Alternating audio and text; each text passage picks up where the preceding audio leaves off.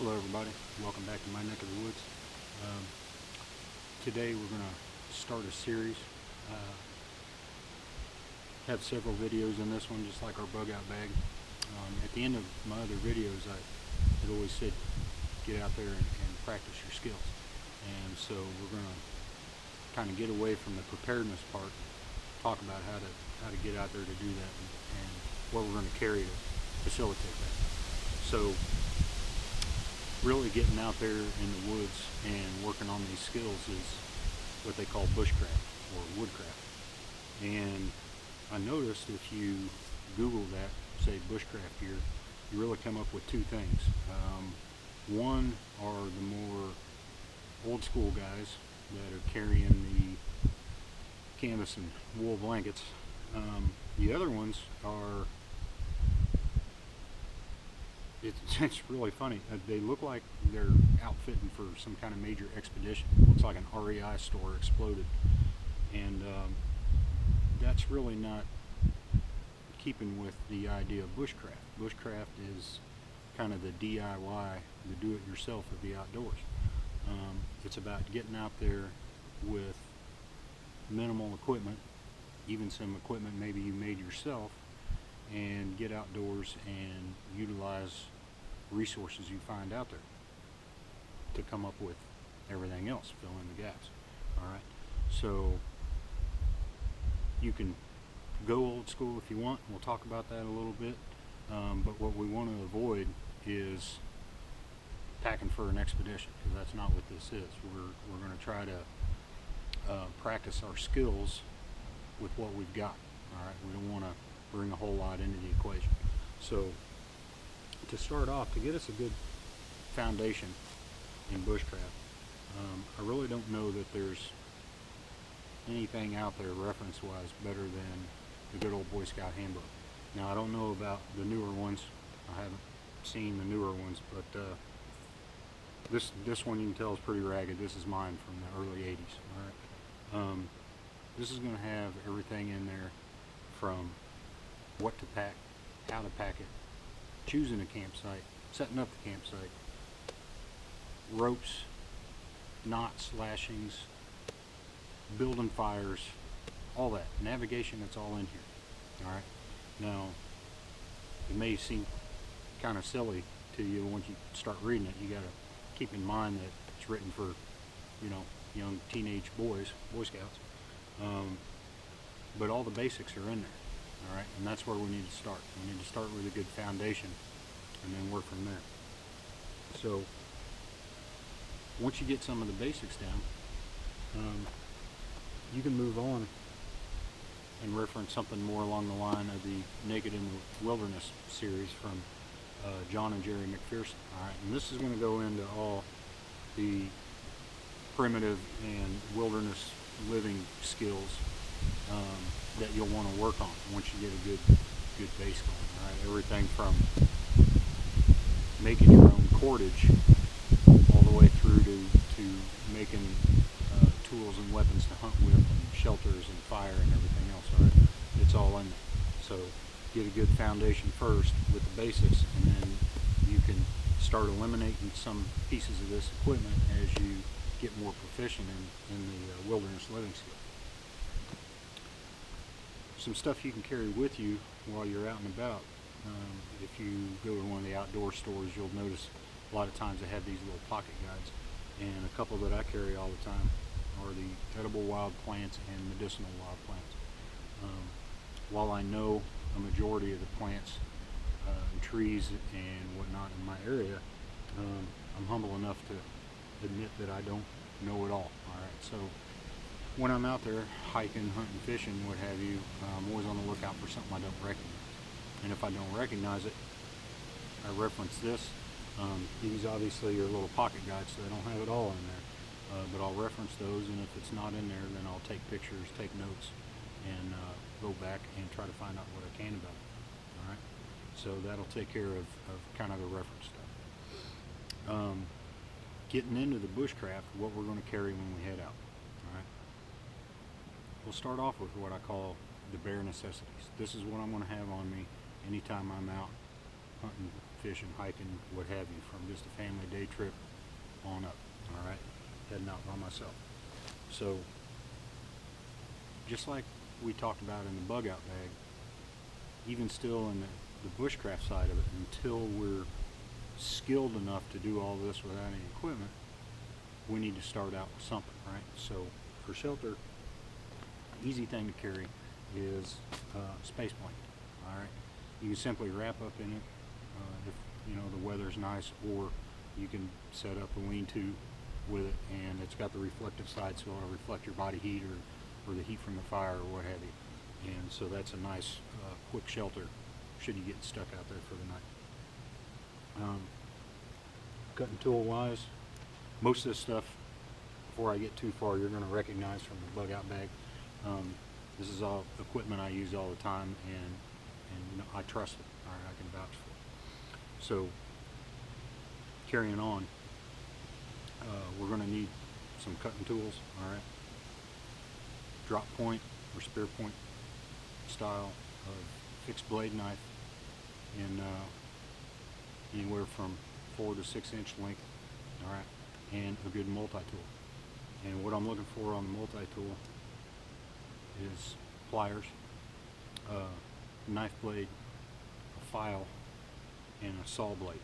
All right. Anything beyond that, any other tools on there beyond that is just icing on the cake, but those are the tools I want.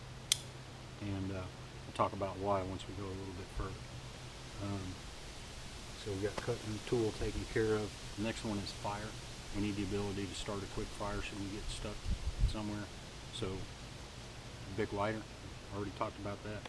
And I got the fire kit on my belt knife. You can put together whatever you want. I carry a magnesium bar with a flint, the ferro rod striker, and some of the commercial tender quick sticks in there to catch my spark and get a fire going. All right, so there's fire. Water, we talk about this also. Some kind of container to carry water. Can be anything you want, from Nalgene bottles to Army canteens, Camelback water bladder if you want. I prefer a stainless steel bottle simply because I can refill it and start a fire and boil it. If I don't have the option for whatever reason of starting a fire, or I'm just on the move and I don't want to stop and do that, then I carry the Frontier Pro water filter. Obviously you can just carry water purification tabs or whatever. I just don't like the taste of those, so I prefer using the filter straw. Alright. Obviously we're going to want some cordage too, so like we talked about before, carry some 550 cord, help me get my shelter up quick, and I'll carry some Gorilla Tape or duct tape. Everything from, you know, repairing clothing, gear, to first aid, to even fire starting. You can use a piece of duct tape in your, you know, along with you. Once you get your tender bundle going, you can throw a wadded piece of duct tape on there and it'll burn for quite a while.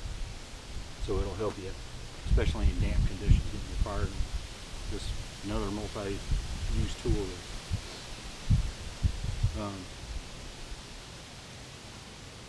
What it may be is I've got a base camp and I'm out fishing or hunting or whatever the case may be, and what'll happen, especially with me, a lot of times I don't pay attention to the time or whatnot, and I may find it getting dark before I can make it all the way back to camp. So we're going to want some kind of light to help us navigate back. I prefer a headlamp, so I got hands-free light, and in this particular case, this one is a wind-up style. It doesn't have, doesn't use batteries or anything. All right, so a couple of minutes of winding it up gives me 20 or 30 minutes of light. If I need more than that, I just stop, crank for a couple of minutes again, and keep on going. All right, so hands-free, battery-free light. Another one of those handy multi-use tools to have with us is a bandana or two, or in this case a shemagh. We talked about this before. I can pre-filter the heavy stuff when I'm filling up my water bottle. It's a scarf, it's a face mask, head wrap should I need it. First aid wise, it's a tourniquet, it's a sling, it's a pressure bandage. Just multi-use. All right, and that's kind of what the theme of this, multi-use functional gear. All right. Because we're outdoors and we're doing a lot of stuff, we want to minimize injury to our hands, even when it's warmer out. I know a lot of people don't like wearing gloves when it's warm out, but it's a good idea to have something with you to protect your hands. There's no use, asking to get injuries on your hands while you're out here doing all this stuff. It just makes things more difficult. One that I've overlooked for many years, but I've come to really like having it in the basic kit, is a mosquito head net. So beyond just being able to put it on your head and try to keep from going insane from the mosquitoes should you get stuck overnight somewhere, I use it a lot for foraging. So in springtime or fall when I'm doing mushrooms or other edible wild plants out there, you can use it for a little forage bag. Another one I've done before is rigged it up and used it as a bug net, so I can catch grasshoppers or other bugs for fishing bait. All right, so it's just another one of those, doesn't take up any room, multi-function tools to have with it. And then finally in the basic kit, we need some way to navigate and keep track of where we're at. So like I talked about before, my preference is a good topo map. It's going to have all the terrain features and water features and roads and trails and everything on it.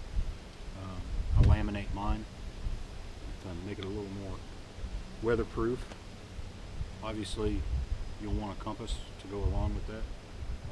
My preference is the Silver Ranger, simply because again it's multifunction. Besides being a compass, it's got a mirror on there, which comes in handy for either signaling or even something as mundane as doing a tick check in areas where I can't see. And it's also got a magnifying glass on there, which would supplement my fire kit. And then to top off the basic kit is just a little notebook. All right. And why I like having a notebook around is when I'm out and about, I can note where maybe a good fishing hole was, where I found certain wild plants, berry patches, mushroom patches, whatever the case may be. I make notes of that, and that way I can go back, at a later date. Perhaps I decided to go scout out an area and I've made some notes and I don't make it back there for a year or two. This way I can pull out my notes as I'm heading out there and know where all this stuff is before I get there. All right. So that pretty much completes our basic kit. This is what we're going to have on us at all times. All right. Anytime we're hiking out, hunting, fishing, whatever, this is the basics that we're going to have with us.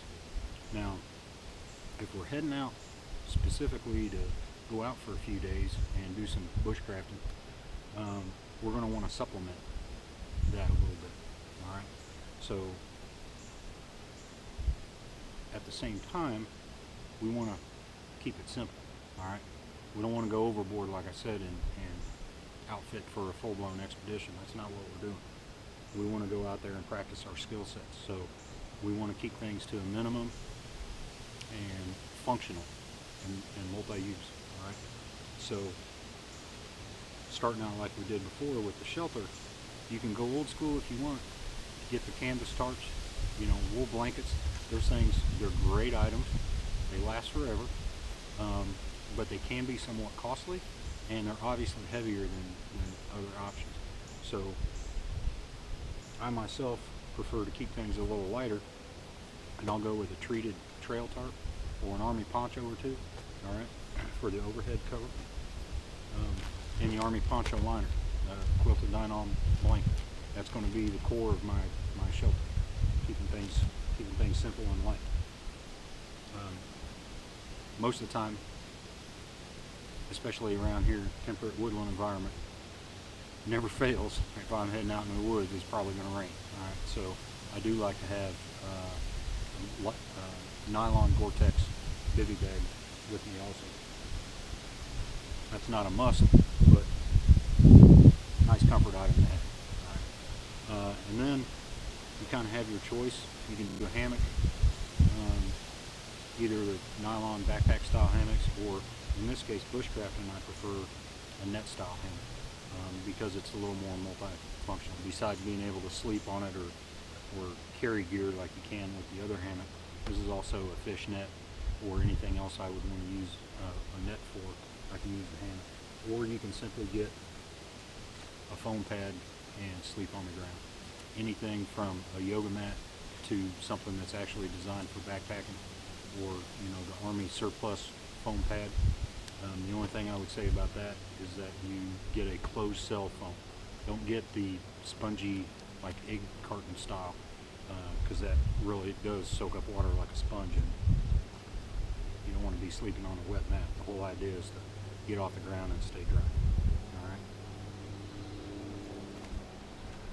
Now we've already got some cordage and some duct tape in the basic kit, but that's really designed just to help us out on the trail and should we get stuck for the night. For the main pack, we're going to want some more 550 cord because it is so versatile, but also what I like to carry is a spool of tarred bank line, and I keep it in a bag just to keep my other stuff from smelling like the tar that's impregnated in this line.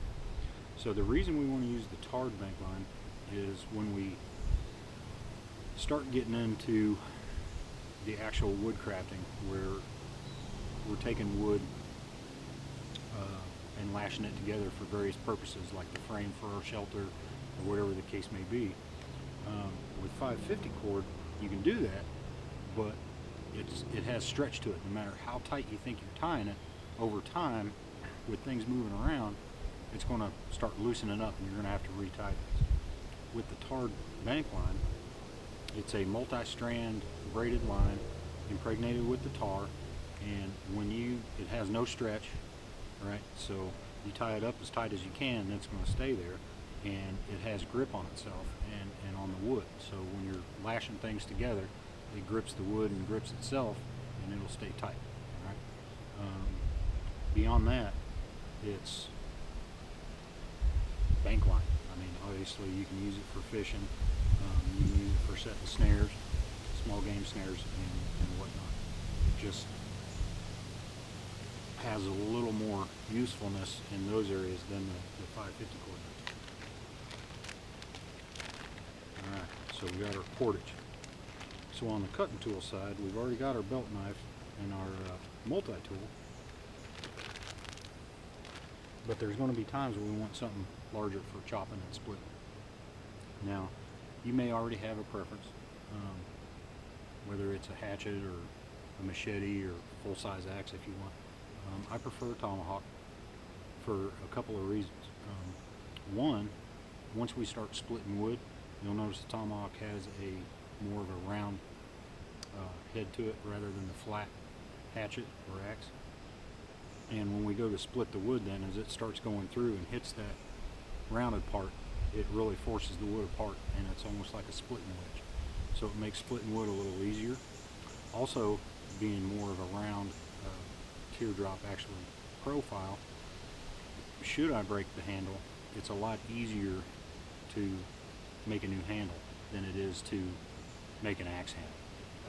An axe handle's got such a shape to it, it takes more work to make an axe handle. It's not impossible, it's just easier for you to replace the tomahawk handle, in my opinion.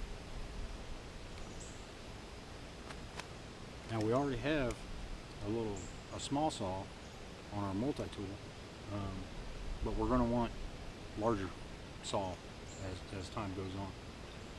So a good starter is just a simple folding camp saw. All right, this will get you through most of what you need to do setting up your camp, building your shelter and whatnot. We start processing some firewood, say we're going to stay out there for a few days, and we need to get beyond just picking up the dry dead branches around our campsite area.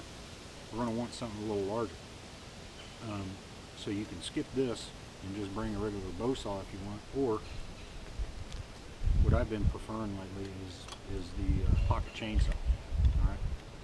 Now I can simply pull out the pocket chainsaw, loop it around the wood, and saw it back and forth like you're supposed to, or I can use my folding saw, get a few branches, and make a large bow saw using this as the saw blade. And that'll be one of the projects we work on in a later video. Now, to keep the tools up to snuff while we're out there for a few days, I know some of the purists will cringe at this, but I simply carry one of these pocket sharpeners. Alright, it's got the carbide bit for doing the rough work, and then a ceramic bit for touching it up for the fine stuff. And then this particular one has a small diamond rat tail file on it for doing anything you had serrated. Now, I don't recommend serrated knives for most of the woodcraft and stuff, but if that's what you got, then you need something to sharpen, obviously. All right. Now, your larger chopping tool is a little bit harder to use those pocket sharpeners on, which is why we got the file on the multi-tool. All right, we're going to use the file on our larger items that we need to keep sharpened up. Water, all we have is the one water bottle on our basic kit. So a good idea is to have another container. I simply have another stainless steel bottle, and that way I can have one refilled and boiling on the fire and one cooling off drinking, and I can just rotate. Obviously, you can have other containers. You can boil water, pour them into another container, like an Nalgene bottle or an Army canteen or water bladder, again, what have you. Again, it's up to you. I just use 2 stainless steel bottles. It's just easy to do. All right. Beyond just the little cup we got in the basic kit, I also like to carry a pot. All right. You can go Army surplus store and get the mess kits or whatever. They're usually a little thinner. They're like a skillet. I prefer to have a pot style where it's shallow enough to use as a skillet if I want to fry something, but it's deep enough if I want to boil something in, like cook up a stew or something. It's deep enough to do that. I also like the pot style, especially with the lid like this one has, that I can carry other items in there. I've got some more fire kit items, got another lighter, I've got some more tinder, I've got a case of the cotton balls with soaked in Vaseline in there, all right, to help me out with the fire, salt and pepper shaker, and items like that in there, kind of spice up the food a bit. Speaking of which, when you go out there, the whole idea of working on your skills, bushcrafting, we're going to be maybe gathering some wild edibles, maybe doing some fishing, maybe doing some hunting, and bringing in protein, but you might want something to go with that. So you can always just do the ramen noodles and oatmeal packets or whatever that we did for the bug out bag. Bring some beans and rice, peanut butter, honey. It's kind of hard to pack bread, but you could always bring like tortillas or pitas or wraps or something like that. Since this isn't a bug out, we're not so concerned with the weight. We've kind of limited our gear and kept the weight down with the other stuff, so food-wise you can bring whatever you want. Canned food is another option in this case, because you can cook right on the, right in its container. Just make sure you take the lid off so you don't have, a can of beef stew exploding in your face. But speaking of that, if you don't want to spend the money on a pot, and again, this is geared towards the do-it-yourself, you can simply get a coffee can or a number 10 can or what have you, and make your own cook pot. Okay, that's the whole idea of this. Continuing on with the food part, again, like we were saying, we might be hunting, fishing, what have you, bringing that in. This is a little do-it-yourself idea here. This is one of those protein shot containers you get from, like, say, a GNC or something like that. And all I've done is put some fishing line around the outside, hold it down with a piece of tape. On the inside I've got packages of hooks and sinkers, and there's some bobbers in there. I also have a few artificial jigs, just in case for whatever reason I can't find some fish bait, and also have a good idea to have there were some needles. I know it seems weird in fishing kit, but that was a good place to stick them. I have a couple needles. I can use the fishing line and the needles to do some sewing repairs should I need to. But all I need to do is pull the line out from underneath that piece of tape, get her rigged up, and then this is simply a hand lining kit. So put the loop around my wrist and throw my bait out there, and then I simply reel it up around the tube. Right? So that's an idea for a fishing kit for you to make up should you decide to do that. Another option is simply just those little pocket tackle boxes and put what you need in there, and it's a nice compact little kit. Moving on, for lighting around the camp, I really like these little candle lanterns, and what this does is uses the 9-hour emergency candles that you can get at Walmart or any of the outdoor stores. And so you simply light your candle, hang her up. It's real easy to reload. Simply twist and pull the bottom off. It's spring loaded, so it keeps the candle pushed up as it burns. And you know, if you're only out there for a couple days, you really don't need to worry about bringing another candle. But you know, if you decide you want to go out for a few days, it's a good idea to pack some extras. So besides the hands-free light we got with the headlamp, we can move around a little bit in the dark. We can have this one kind of hanging from the shelter and giving us some battery-free, hands-free light there. And then to kind of finish things off, we're always, you know, working with these sharp tools and whatnot. A good idea is to have a first aid kit. Again, just like we talked about before, you could seriously injure yourself out there. So along with, you know, the Advil and the Band-Aids, you're going to want tourniquet, butterflies, things like that to take care of a major wound, along with some of the more mundane stuff like sunscreen, bug spray, you know, things like that, chapstick. You can put together a nice little lightweight kit and cover all the bases. And then again, on the personal hygiene side, if it's just a couple days, just a simple tube of wet ones. Everything from, you know, washing your face and hands to cleaning up a wound should you get one, taking care of bodily functions. The wet ones has it. Okay, if you're going to be out there a little longer, then it might be a good idea just to get you a bar soap, wash rag, something like that, and you should be taken care of. All right. So this is going to be our basic kit for bushcraft. Actually, our basic kit and our facilitators, if you will. Anything other than this really is just, you know, icing on the cake. All right. And again, a lot of this stuff you don't have to go overboard on. You know, with the shelter, you can just go to Walmart and get you one of the poly tarps. They're not going to hold up as well as some of the other stuff, but to get you going, it's a great option. Okay. Again, you can go old school with the canvas and the wool blankets, or you know, you can go a little more modern with the nylon tarps and the poncho liners and sleeping bags if you want, whatever you want to do. But the whole idea of this is that we have just enough equipment to get us out there and get us started. All right? Anything beyond that, we're going to make. All right? So initially, we're going to have our little poncho lean-to set up, just so we have shelter to get going. But the idea is to build upon that. All right, whether that's a debris hut or a log cabin. I mean, it's up to you. This is just to get you out there and get you going. All right. So again, this is kind of our bushcraft intro. We're going to move on from here, and in future videos. So I hope this helped you out. I'm glad you joined us once again, and until next time.